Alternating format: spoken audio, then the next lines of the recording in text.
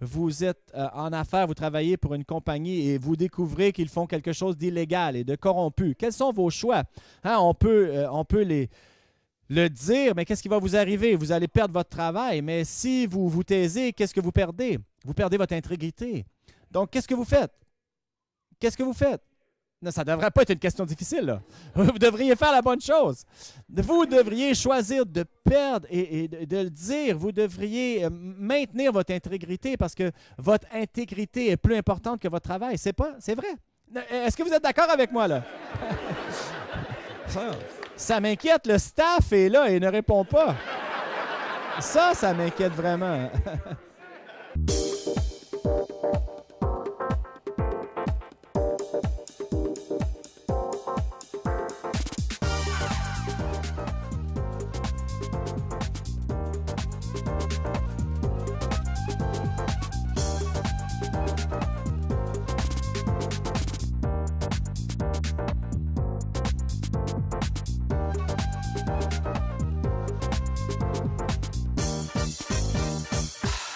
Eh bien, bon matin.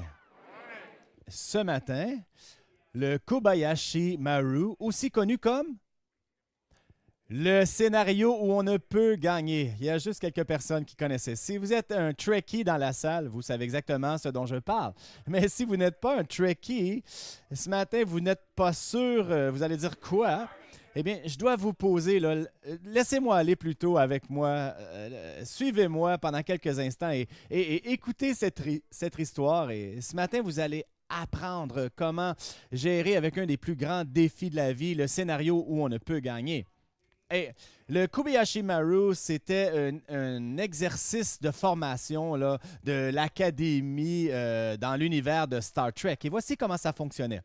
Les cadets ou ceux qui étaient en formation étaient sur le pont d'un vaisseau qui ressemblait au USS Enterprise et ils recevaient un signal de détresse d'un vaisseau spatial qui s'appelait le Kobayashi Maru. Et là, ils avaient perdu le support à la vie, ils étaient pour s'écraser. Mais le problème, c'est qu'ils étaient dans la zone neutre des Klingons. Et là, on peut aller les sauver, mais en allant les sauver, eh bien, on entre dans la zone neutre et on va provoquer une guerre avec les Klingons. Et l'autre option qu'on a, c'est d'abandonner le Kobayashi Maru et là, ils vont mourir. Alors, le cadet doit décider qu'est-ce qu'il va faire. Est-ce qu'il va les sauver ou non? Mais peut-être, voici la chose qu'ils ne savent pas.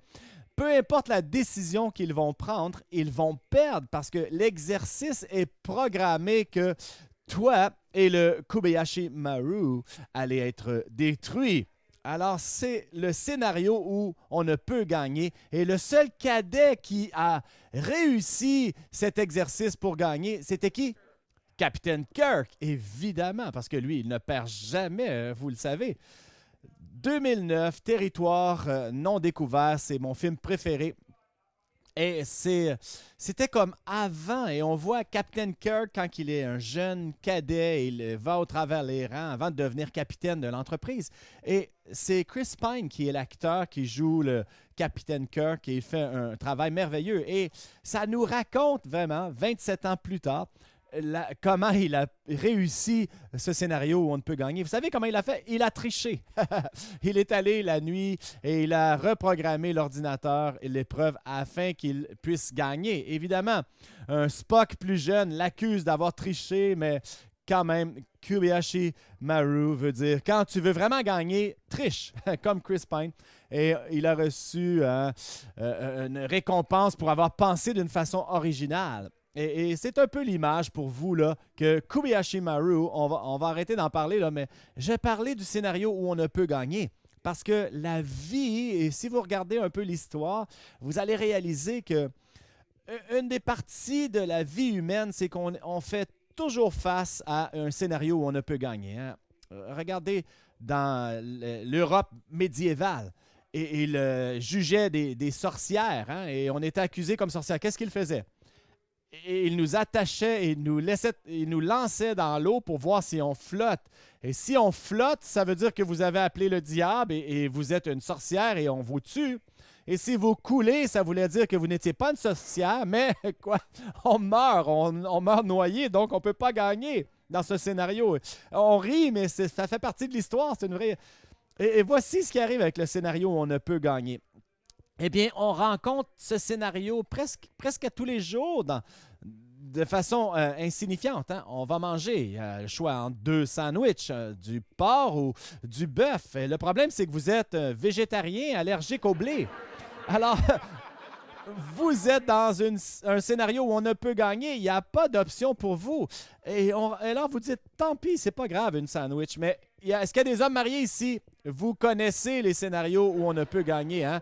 Messieurs, presque à tous les jours. Et il y a une question que votre femme vous pose et qui nous amène dans ce scénario à chaque fois. Voici la question. Est-ce que cette robe me fait paraître plus grosse? Mais non, ne t'en fais pas, ma chérie, c'est pas la robe.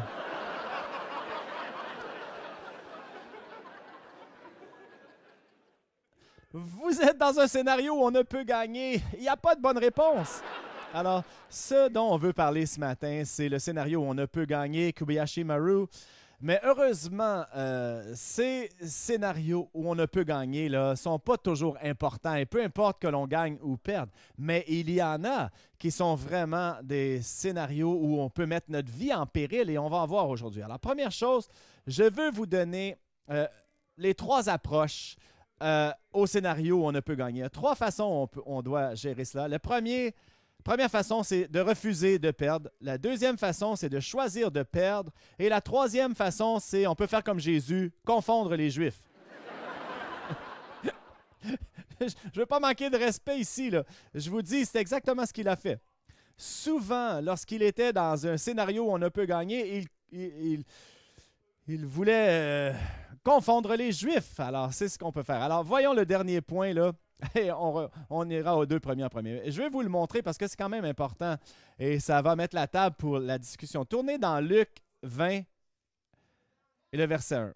Un de ces jours-là, comme Jésus enseignait le peuple dans le temple et qu'il annonçait la bonne nouvelle, les principaux sacrificateurs, les scribes et les anciens survinrent et lui dirent: dis-nous, par quelle autorité fais-tu ces choses, ou qui est celui qui t'a donné cette autorité?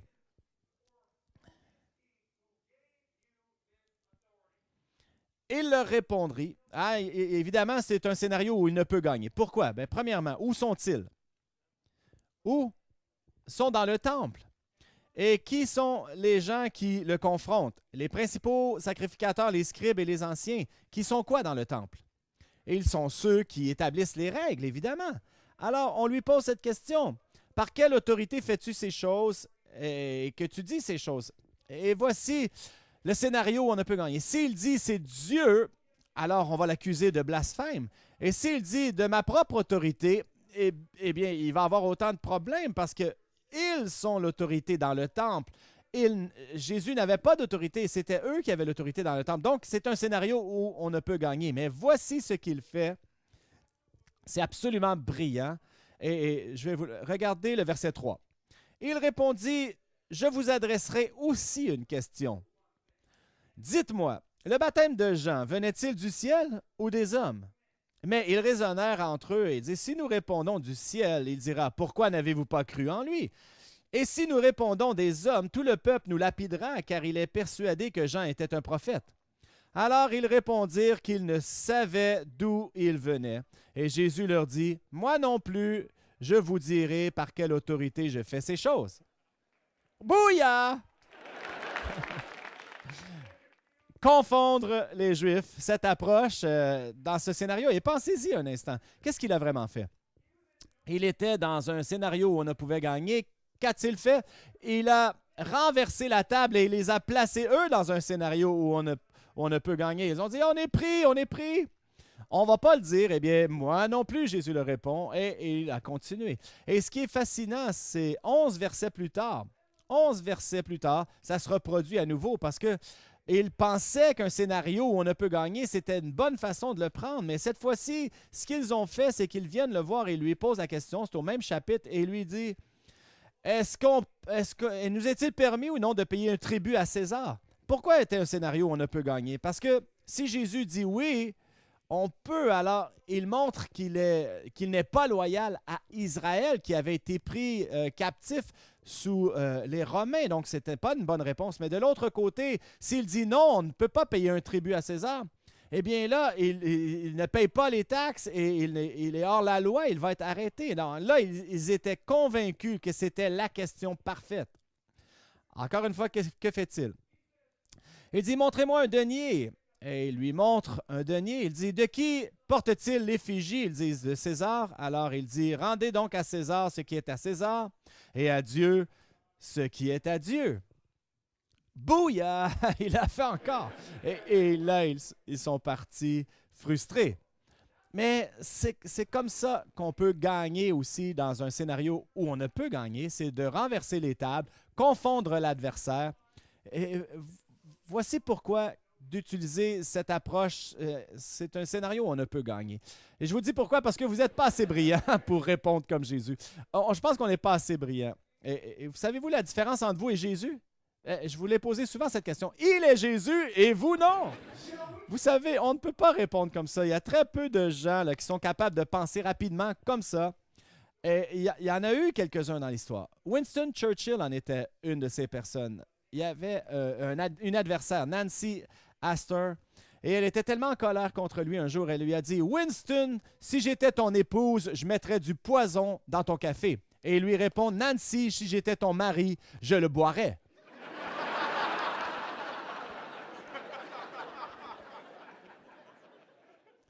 Mais écoutez, honnêtement, et si on se regarde, la plupart d'entre nous, on n'est pas assez brillant, là, pas assez vite pour répondre comme ça. Alors, si vous pouvez, tant mieux, faites-le. Mais moi, je vais vous donner les deux autres façons plutôt pour gérer le scénario où on ne peut gagner. Et c'est le premier, et souvent, c'en est un très important, c'est de refuser de perdre. Et je pense que la foi, par sa définition, est une approche refuse de perdre. Hein? Qu'est-ce que la foi? La foi, c'est de croire que l'on peut gagner même quand on ne peut pas. C'est quand on est dans une situation perdante et on refuse de perdre. C'est la définition de la foi. Je vous donne un exemple qu'on connaît tous, l'histoire de David et de Goliath. Et pourquoi est-ce que c'était une situation, un scénario où on ne peut gagner? Écoutez, revenez en arrière. Il y a les Philistins et Israël qui sont en guerre dans une vallée et ils ont un guerrier qui s'appelle Goliath. La parole de Dieu nous dit que Goliath mesure 9 pieds, 9 pouces et sa lance est comme un ensouple de tisserand qui pèse 18 livres, là. L'embout, et ça, c'est juste sa lance. Et il se tient d'un bout de la vallée. Il dit « Fille, faux femme, je sens le sang d'un homme israélite. » Je ne sais pas ce qu'il disait, là, mais il mettait au défi les Israélites. Et voici ce qu'on veut faire. Envoyez votre meilleur guerrier et on va se battre homme à homme, un contre un. Et celui qui gagne remporte tout.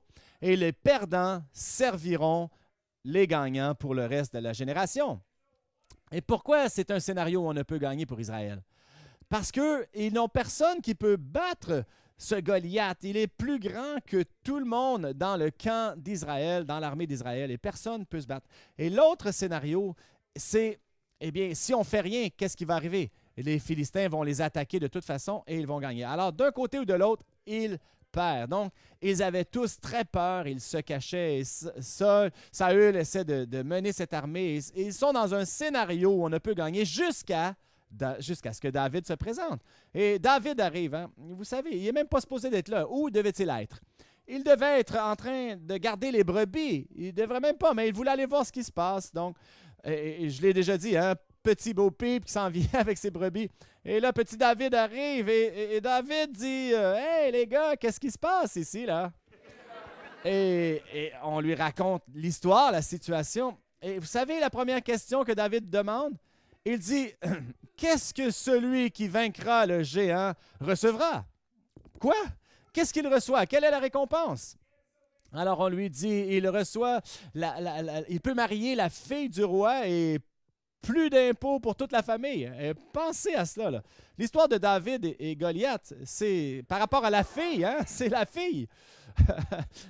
La fille, wouh! Oh, elle est très belle.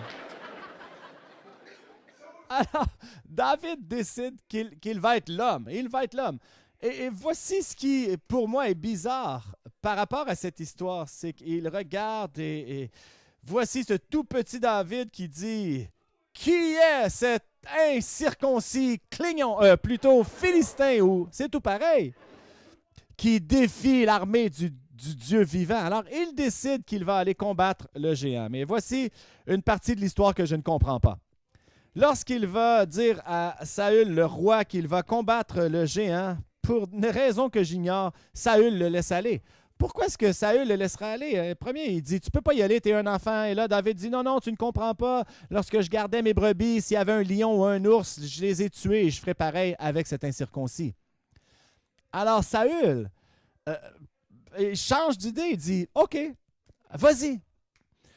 Et là, il met toute la foi d'Israël entre les mains d'un petit berger qui dit, personne ne l'a vu, qu'il a tué un ours et un lion.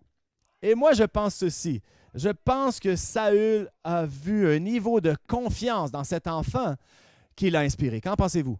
C'est la seule explication que j'ai. Il regarde cet enfant, il était tellement prêt. Et qu'est-ce que David a fait? Il est allé au ruisseau et il a pris 5 pierres polies. Vous savez pourquoi il a pris 5 pierres polies? Oui, Goliath avait 4 frères. Et ça, c'est de la confiance, mes amis. Premier, Goliath et ses 4 frères, ils sont tous des géants, alors j'ai besoin de 5 pierres. Et il prend 5 pierres. Et évidemment, le problème de Goliath, c'était qu'il était trop confiant. Il a son casque, il rit. Et David qui s'en vient en bataille contre lui avec son lance-pierre et il lance la pierre dans le front et le géant tombe et il meurt et il vainc le géant. Qu'a-t-il fait? Il a refusé de perdre. Et vous voyez, c'est ça la foi. Parfois, c'est ce qui arrive lorsqu'on fait face à une situation de vie ou de mort où on n'a aucun autre choix que de gagner, même si on ne peut pas gagner. C'est ça la foi. C'est là où on appelle Dieu. C'est là où on fait comme David. Et David savait qu'il ne ferait pas ça tout seul. Comment savait-il qu'il était pour gagner? Il dit, « L'Éternel sera avec moi. » Il savait qu'il ne ferait pas ça seul. Combien se souvient de l'histoire de la femme avec une perte de sang? Hein? C'est une façon de ne pas lui dire. Elle avait des menstruations, là, des saignements pendant 12 ans. Là. Wow, quel cas de PMS. Mais 12 ans, et ça dit qu'elle a dépensé tout son argent sur des médecins et elle saignait toujours. 12 ans, très inconfortable. Alors, elle était sans espoir, elle n'avait plus d'argent, elle n'avait plus d'options, mais Jésus était en ville. Et ce qui est fascinant de cette histoire, c'est que Jésus marche dans le village et tout le monde est là à côté de lui. Ils veulent tous le toucher. C'est comme une vedette rock ce jour-là. Et là, lui, il se promène dans la ville et il se promène et il fait des high-fives aux gens. « Ouais, Jésus est en ville! » Et là, tout fonctionne et personne n'est guéri. Et à cette petite femme avec cette perte de sang, imaginez, là. Imaginez la faiblesse de cette femme. Si vous aviez saigné pendant 12 ans, là, vous seriez faible, vous seriez anémique, vous seriez très malade. Et elle savait dans son cœur que si elle pouvait juste toucher le bas de son vêtement, elle serait guérie. Et elle a poussé dans la foule et elle a fait sa place. Qu'est-ce qu'elle faisait? Elle refusait de perdre. Et elle s'est rendue au travers de la foule et finalement, tout ce qu'elle a pu, c'est toucher le bord de son vêtement. Cette détermination dans son cœur que si elle pouvait toucher un peu son vêtement et instantanément, la perte de sang s'est arrêtée, elle a été guérie. Jésus arrête. Il dit, « Qui m'a touché? » Et Pierre dit, « Oh, tout le monde te touche, Seigneur. » Tu sais ce qui se passe? Et il dit, « Non, non, non. Quelqu'un m'a touché et j'ai senti une vertu sortir de moi. » Et il y a cette femme qui est là, qui rit, et elle est dans la foule, et elle lève sa main, et elle dit, « C'était moi, Seigneur. » Et il la regarde et lui dit, « Va, ta foi t'a guéri. » Qu'est-ce qu'elle avait fait? Elle avait pris une attitude de refuser de perdre au milieu d'une situation perdante, et elle avait reçu son miracle. Et quand vous faites face à une situation de vie ou de mort, quand vous êtes à cet endroit où vous n'avez aucun choix que de gagner, c'est là où on refuse de perdre. Et lorsque vous invitez Dieu à venir avec la détermination de cette femme, avec cette perte de sang, ou la détermination de David contre Goliath, on pousse vers l'adversaire et on sort victorieux. Ça, c'est la définition de la foi.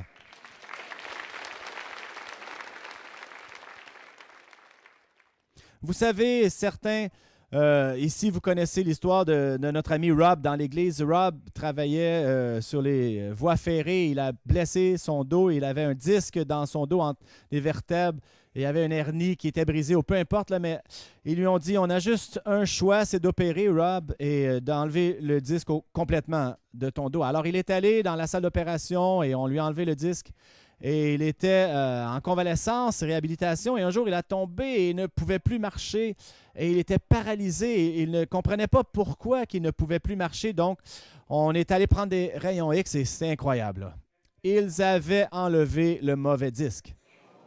Oui, ils avaient enlevé celui au-dessus plutôt que... Ils ont enlevé le disque qui est en santé de son dos et on entend des histoires comme ça, mais on ne pense pas que c'est vrai, mais ça l'arrive pour le vrai, c'est arrivé à Rob. Donc, ils ont retourné, ils ont fait une opération à nouveau et ils ont enlevé le deuxième disque.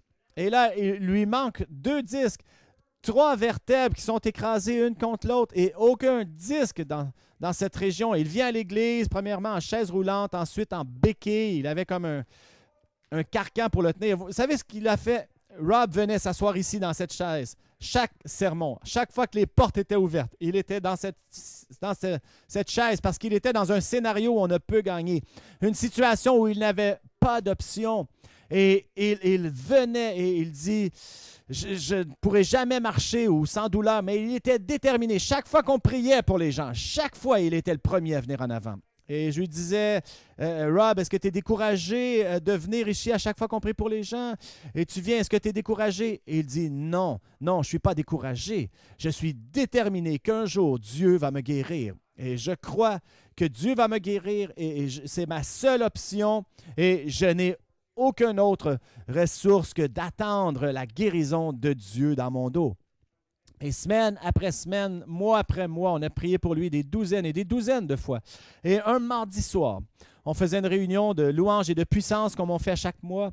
Et soudainement, on a dit, vous savez, on va prier pour les dos et si vous avez un problème au dos ce soir, venez. Et devinez qui était le premier en avant. Évidemment, c'était Rob et il a eu de la misère à venir en avant, mais il est venu avec ses béquilles et on a prié pour Rob ce soir-là et Dieu a décidé que ce jour-là, il lui donnait son miracle. Et ce jour-là, il a laissé ses béquilles tomber et Rob a couru autour de l'édifice toute la distance.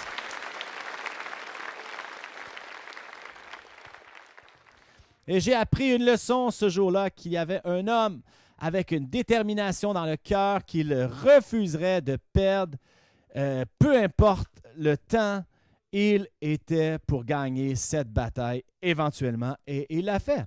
Mais pensons maintenant de perdre et de gagner. On a une culture, une culture où on doit gagner. Et on a beaucoup de pression sur nous de gagner à tout prix. Et les gens s'attendent que vous gagniez dans les sports, aux finances, en affaires. Et il y a continuellement cette chose sur gagner. Mais moi, je pense qu'il y a quelque chose qui n'est pas sain de toujours être obligé de gagner. Et Jésus a viré ça de côté. Vous savez, il a dit, les premiers seront les derniers seront les premiers. Et il a dit, celui qui essaie de sauver sa vie la perdra. Mais celui qui perdra sa vie à cause de moi aura la vie éternelle. Et Jésus tourne tout de côté. Et souvent, on voit que souvent, la meilleure chose à faire, c'est de choisir de perdre.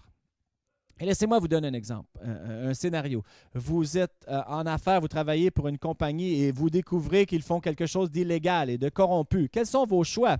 On peut le dire, mais qu'est-ce qui va vous arriver? Vous allez perdre votre travail, mais si vous vous taisez, qu'est-ce que vous perdez? Vous perdez votre intégrité. Donc, qu'est-ce que vous faites? Qu'est-ce que vous faites? Non, ça ne devrait pas être une question difficile, là. Vous devriez faire la bonne chose. Vous devriez choisir de perdre et de le dire. Vous devriez maintenir votre intégrité parce que votre intégrité est plus importante que votre travail. C'est vrai. Est-ce que vous êtes d'accord avec moi, là? Ça m'inquiète, le staff est là et ne répond pas. Ça m'inquiète vraiment. Mais vous faites la bonne chose. Les deux, vous allez perdre, hein? Mais parfois, il faut choisir de perdre et c'est la meilleure chose à faire. Voici un petit secret. Là. Je vous donne un. Vous savez comment on gagne un argument? La meilleure façon, c'est de choisir de perdre. Parce que personne ne gagne dans un argument. J'ai raison. Ce que les gens font, là, c'est qu'on s'astine et les gens deviennent plus violents et on polarise davantage. Mais ce qui arrive, c'est que si vous voulez gagner l'argument, la façon de la gagner, c'est de choisir de la perdre. Et vous dites, tu sais quoi, t'as raison. Quoi? Mais c'est arrivé avec ma fille. Elle finit l'école et là, je lui ai dit, laisse-moi te dire quelque chose. Voici ce qui va arriver. Quand tu auras fini l'école, tu ne resteras pas à la maison toute la journée. Tu vas te trouver un travail et tu vas aller travailler tous les jours à 8 heures. Elle m'a regardé, elle a dit, OK. J'ai dit, quoi? Elle a dit, OK, je peux faire ça. Et elle a dit, qu'est-ce qu'il y a qui ne va pas? J'ai dit, je ne suis pas habitué que tu es d'accord avec moi. Et qu'est-ce qu'elle avait fait? Elle avait choisi de perdre. Et en choisissant de perdre, elle a gagné. J'ai dit, c'est comme si j'avais perdu. Je sais que c'est ce que je voulais, mais... Et c'est comme ça qu'on arrête les arguments, on choisit de les perdre et on va découvrir dans la vie que souvent, vous allez faire des merveilleuses choses en choisissant de perdre. On ne va pas gagner toutes les batailles dans la vie, les amis. Je suis là pour vous le dire. On va rencontrer des scénarios où on ne peut gagner. Et certains que vous devriez refuser de perdre sont ceux qui sont la vie et la mort. Mais parfois, il y a des choses qui arrivent. Lorsque vous choisissez de perdre, eh bien, parfois, vous finissez par gagner. Et laissez-moi vous raconter l'histoire de Cameron Lyle. Cameron Lyle était un athlète au collège et il était lancé du javelot, lancé du poids. Mais juste avant la saison, il avait fait un test volontaire pour voir s'il était compatible comme donneur de moelle épinière. Et il y avait un jeune homme de 28 ans qui avait le cancer du sang, la leucémie, qu'il mourait. Il était en train de mourir. Il avait besoin d'une transplantation de moelle épinière. Et Cameron Lyle était une personne sur 4 millions qui était compatible. Alors, on lui a demandé avant la saison, est-ce que tu es prêt à donner ta moelle épinière pour cette personne? Et il devait prendre la décision d'abandonner sa saison, parce que même sa carrière. Mais il a dit, j'ai même pas réfléchi. La différence entre moi de compétitionner au NCAA, aux compétitions ou sauver la vie d'une personne. Et il dit, j'ai choisi d'abandonner ma carrière pour sauver quelqu'un, un étranger, quelqu'un qu'il ne connaissait pas. Et la raison pourquoi il perdait, c'est qu'après l'opération, pendant 4 semaines, il ne pouvait rien faire. Et lui, c'était un lancer du poids, donc il ne pouvait pas forcer 4 semaines après l'opération. Donc, et c'est ce qu'il a fait. On voit son image et il a choisi de perdre afin que quelqu'un puisse gagner. Et c'est ce que Jésus a fait pour nous. Jésus n'avait rien à gagner à aller à la croix. Est-ce que c'était quelque chose qu'il voulait faire personnellement? Non, il ne voulait pas le faire. Il ne voulait pas perdre la bataille. Il faisait face aux puissances à tous les jours et il était pour donner sa vie, abandonner sa vie, le prendre captif, l'accuser, le crucifier et mourir d'une mort de criminel. Et c'est ce qu'il a fait. Mais ensuite, tous les péchés du monde, de l'humanité, la maladie étaient mis sur lui et Dieu détournerait son regard de lui. C'est ce qu'il a fait. Et ensuite, il passerait 3 jours, 3 nuits à se battre au milieu de la terre. Pensez-vous qu'il voulait faire ça? Non, il ne voulait pas. C'était un scénario où il ne pouvait gagner. Et même, il a demandé à Dieu à la fin, au jardin de Gethsémani, il a dit, s'il est possible, Père, que cette coupe s'éloigne de moi, mais non pas ma volonté, mais la tienne. Et en faisant cela, en choisissant de perdre, il a gagné. Parce que chacun d'entre nous, dans cette salle, nous avons la vie éternelle. Vous allez faire face à plein de scénarios où on ne peut gagner dans les jours à venir, aujourd'hui, demain, la semaine prochaine. Il y en a qui vont être très importants. Et certains d'entre vous, vous allez prendre la décision de refuser de perdre. D'autres, vous devez choisir de perdre. Et en choisissant de perdre, souvent, on gagne. L'Église du Rocher a des réunions à tous les dimanches au 1397 Buffalo Place. Joignez-vous à nous si vous êtes dans la région. Si vous aimeriez recevoir un livre pour comprendre davantage le don gratuit de Dieu au travers Jésus-Christ, contactez-nous et nous vous l'enverrons gratuitement. Visitez notre site web au www.churchoftherock.ca. Merci d'avoir été avec nous et que Dieu vous bénisse.